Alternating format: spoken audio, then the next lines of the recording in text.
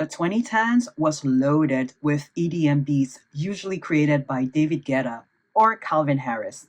I'm sure there were others, but those are the two I am familiar with who were mainstream. But these beats featured voices of quote unquote unknown women, or quote unquote unknown to me.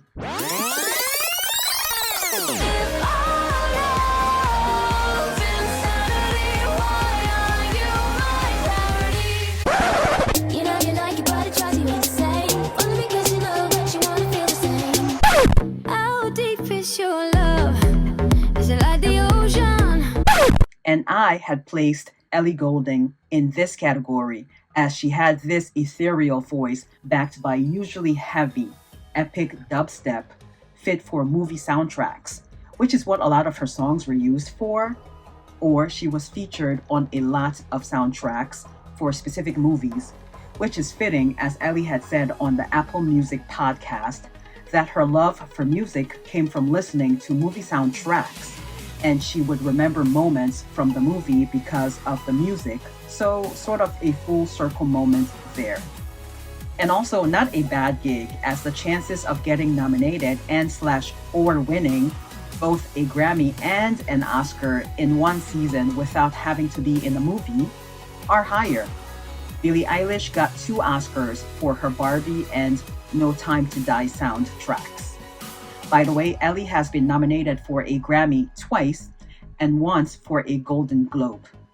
She hasn't won any, but she's still putting out music, so anything is possible.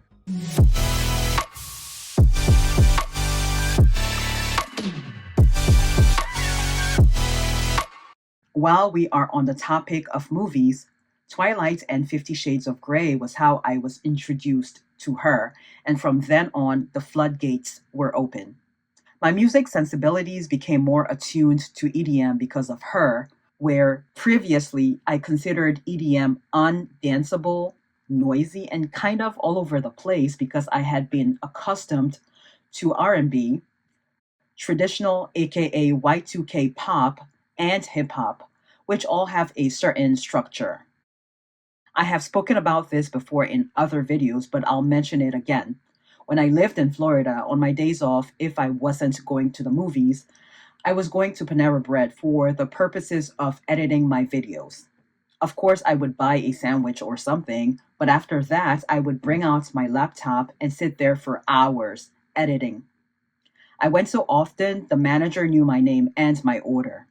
This is when I wasn't eating meat, so I would always order a tuna sandwich. Pretty easy to remember. Anyway, my point is, the music that was being played at Panera at the time was usually indie, which I used to find annoying at first, but then it started to grow on me the more I went to Panera. When I went to the outlets, which wasn't too far from Panera, it was almost always EDM playing, which instantly boosted my mood because it was high energy. And so now I associate some of my best memories in Florida with indie, EDM, and Ellie Goulding. She and Rihanna really had me wanting to shave the side of my head, but then I would have gotten fired from Disney because violation of dress code and shit.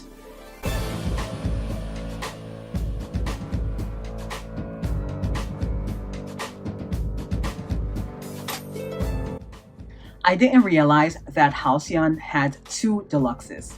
So we have Halcyon, the standard album with 12 tracks, and then Halcyon Days with 9 additional tracks, and Halcyon Nights with another 9 tracks for a grand total of 30 tracks.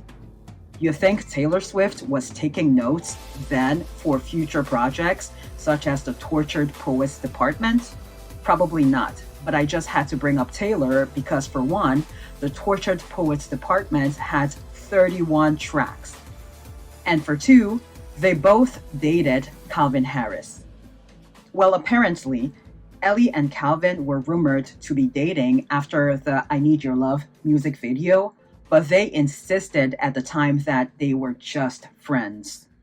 All that lovey-doveyness in the video, and they were just friends. Okay. What's funny is I Need Your Love as well as Burn were huge in the 2010s, and I obviously heard the songs prior to listening to the full album, but I never bothered to watch the videos until for this video. Speaking of other huge songs on this album, Hanging On is a monster of a song that I didn't know about until again listening to this whole album. Sounds like a soundtrack to some sort of dystopian movie or the song they would use in the trailer to advertise that kind of a movie. I can see it in my head. Someone running and screaming in slow motion with explosions behind them. Why are you running? Why are you running? Can you tell I enjoy previews before a movie? Seriously, let me know down below in the comment section if this is a soundtrack to a movie because I feel like it is. It's too epic not to be. Funny, I should mention Taylor earlier in this segment because Hanging On kind of reminds me of Taylor's Miss Americana and the Heartbreak Prince from her Lover era. And her whole look for that era with the pastels and dyeing the ends of her hair light pink is low-key giving Ellie Goulding vibes. This isn't a criticism, just an observation. Also, Miss Americana and the Heartbreak Prince is my favorite song on Lover. And when I say the songs or looks are similar, again, doesn't mean one copied or stole from the other. It just means one was likely inspired by the other. Other songs on Halcyon that I was familiar with and actually really did like and still do like aside from Burn, I Need Your Love, and ones from 50 Shades and Twilight were Figure 8 and Ritual. YouTube had recommended them to me after I had listened to Bittersweet, which I was obsessed with, by the way, and I'm glad I clicked on them. Another funny thing is, I had completely forgotten about Ritual, even though it's one of the songs I had listened to when I was going through a crisis in 2014. Nothing serious, just typical 20-something drama situationship. But the song really did help me. Music really is healing. I am so glad I'm rediscovering these artists I kind of sort of used to listen to in 2012 through 2014 and then forgot about. My other favorites on the album are My Blood, Only You, Under Control, and Stay Awake, which is epically romantic. There's no other way to describe it. I do not have chromesthesia, but this whole album has me seeing neon lights. I really miss the 2010s music scene, particularly 2016 through 2018. It was so vibrant. Ariana Grande was a major contributor to that vibrancy, and I'll be reviewing her Dangerous Woman album next. And after her, I'll do Cynthia's Forgive Me. And that shall conclude this series for now. I purposely left Ariana and Cynthia for last because I'll be going into reviewing Wicked for Good in January, as well as other movies I couldn't get to this year. Reviewing Wicked for Good was the perfect transition from music to movies because it's a movie musical. So, from mid-January to March, I'll be reviewing the following. Pause to read if you'd like. Then, April to June, I'll have Cameroon and Ghana-related videos, which are responsible for blowing up my channel. And also because the tagline for my channel is African culture meets pop culture. And for this entire year almost, I've been in my pop culture bag and neglected the content that got me seen to begin with.